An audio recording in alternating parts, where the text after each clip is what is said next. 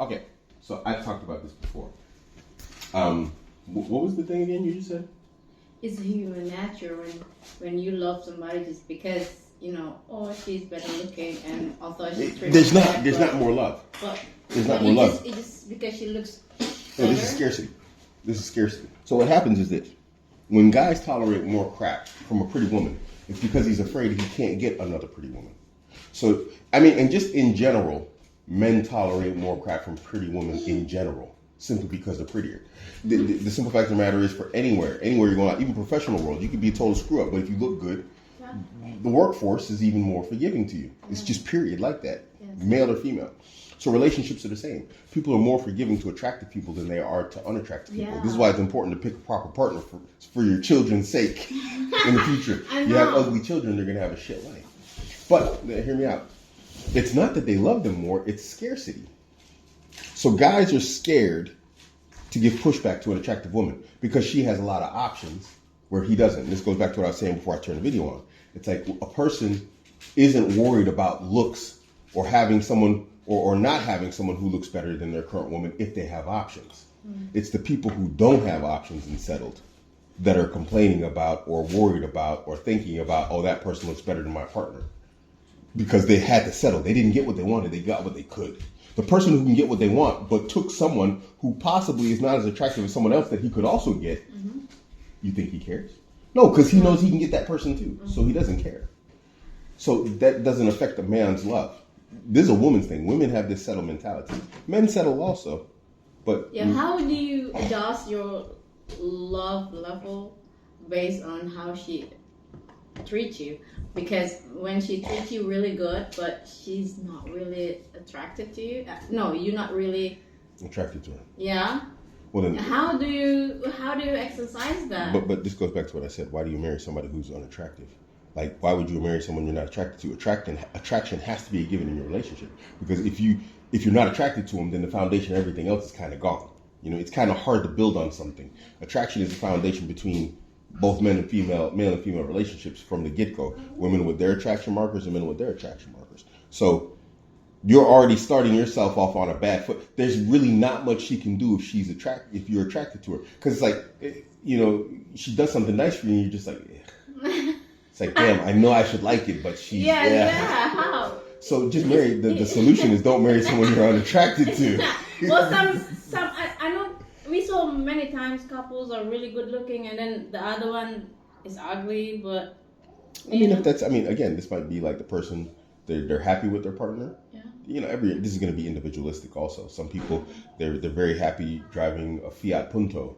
I'll never be happy driving a Fiat Punto. Some people are going to be happy with an ugly girl. Some guys aren't. This is also like ethics and values and whatever else. Let's say you have multiple women. One is okay. You were attracted to her before, and then come along the better one, and then you have more attractions to her.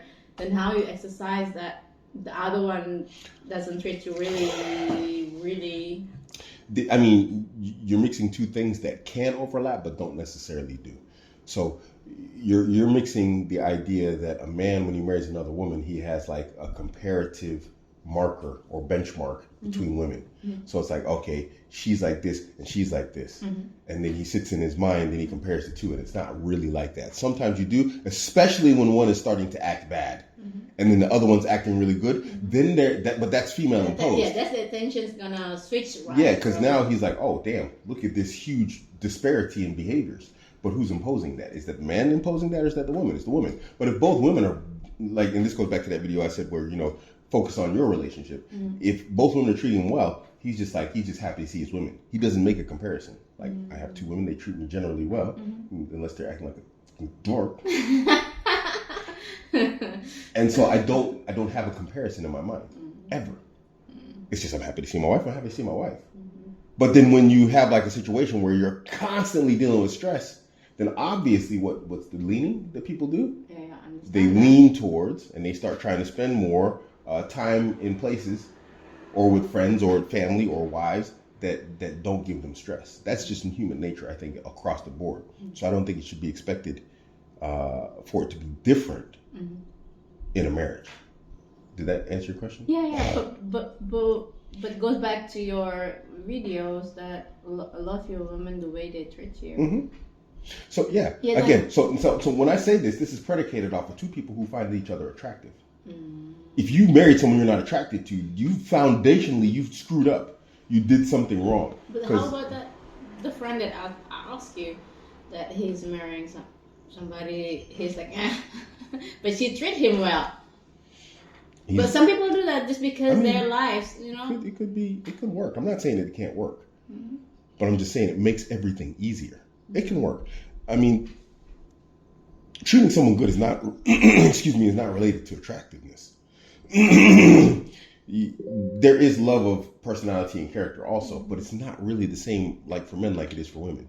Like, you know, personality is not, I mean, it's important, especially when your woman's acting bad. You know, we always say fat girls gotta have good personalities. Yeah. Because why? Because they're not attractive. And guys are not going to tolerate an unattractive woman acting arrogant and rude. Just like a woman's going to be like, how's this broke bum acting like this? It's the same thing, you know, for both genders. We just have different standards, you know, of what we consider to be acceptable or unacceptable behavior for a person in a particular level. For women, that's usually financial and social. Men, it's a matter of like, you know, waistline and how pretty or ugly she is, right? So, no matter what, be you attractive or unattractive, just treat your partner well. And then with your partner, it's perfectly fair for them to reciprocate how you treat them. You know? Even if you're unattractive, you should really try harder. Now, the issue is this, and I think I understand what you're saying. There has to be a, what's the word I'm looking for? There has to be a payoff. You know, it can't be the case that she's like putting in like hard work. She's unattractive. She puts in the hard work, good personality, and whatever else, and then there's no reward for it. You know, the guy's just like, ew, you know, because he's not attracted to her. You know, and this is why I tell women who are unattractive, and why I said, I don't say it much. I didn't say it much in the past, but I did say in the past. If a woman's ugly or she's fat, make sure you're fit. Every man is cool with a butterface. You know, a butterface is fine. You know, you look at her, you're like, dang, ooh. But then you look at her body, you're like, you know, you're like, nice. Every butterface has her moment and her angle. Sometimes it's just facing away from you, but you can work with that. I was with Becky for a long time. She was a hella butterface, boy. That girl was a hella butterface. But she was what? She was a personal trainer, right? So it can work. And she was good in terms of like, you know, hitma, in terms of like her domestication and taking care of the household and whatnot. She was good with that stuff. You know, she had other problems. But I mean, if she hadn't had those other problems, she would still be on the team right now, you know, for sure. What did she do? She cooked, she cleaned, she did the shoe thing, you know. She did everything. She cut my fingernails, toenails, all that type of stuff. She did all that stuff, you know. Was a wildcat, you know. Great woman. Just, she's dealing with the insecurities of being a butterface, you know. So you can make it as an ugly girl. Alhamdulillah, you don't have to worry about that. Oh wow, really?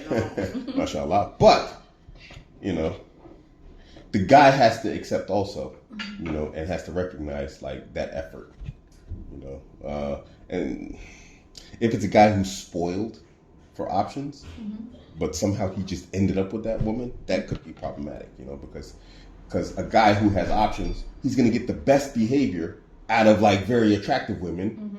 So to him, it's not special to get the best behavior out of an unattractive woman. It's like women on the internet. So the standard is already different. He's living the life of an internet woman, where it's like, oh, saying I'm beautiful, trying to buy me stuff or fly me places. It doesn't mean anything because everybody does it. The ugly guys do it and the handsome guys do it. Yeah. So he lives that life, you know, like me, mashallah. Yeah. Answer your question?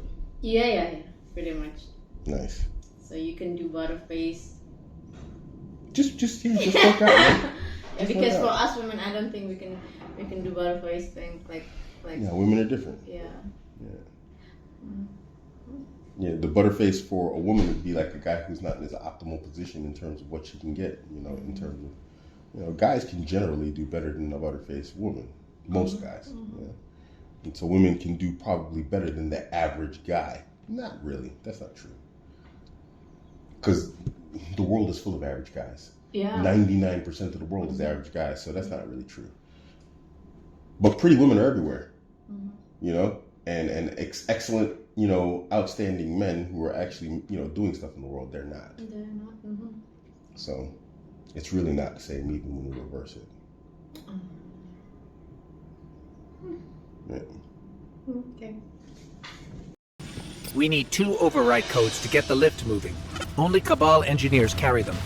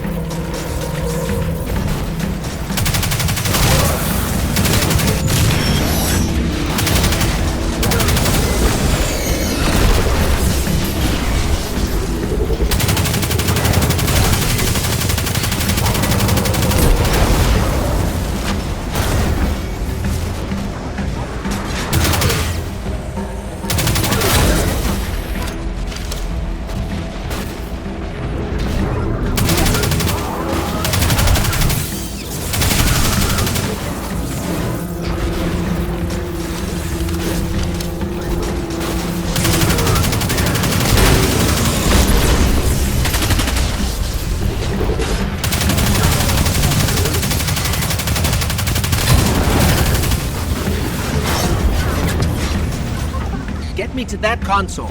I'll activate the lift.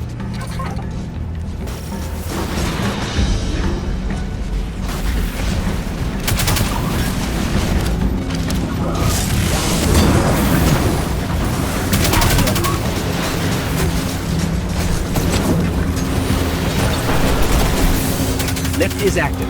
We just have to adjust the trajectory.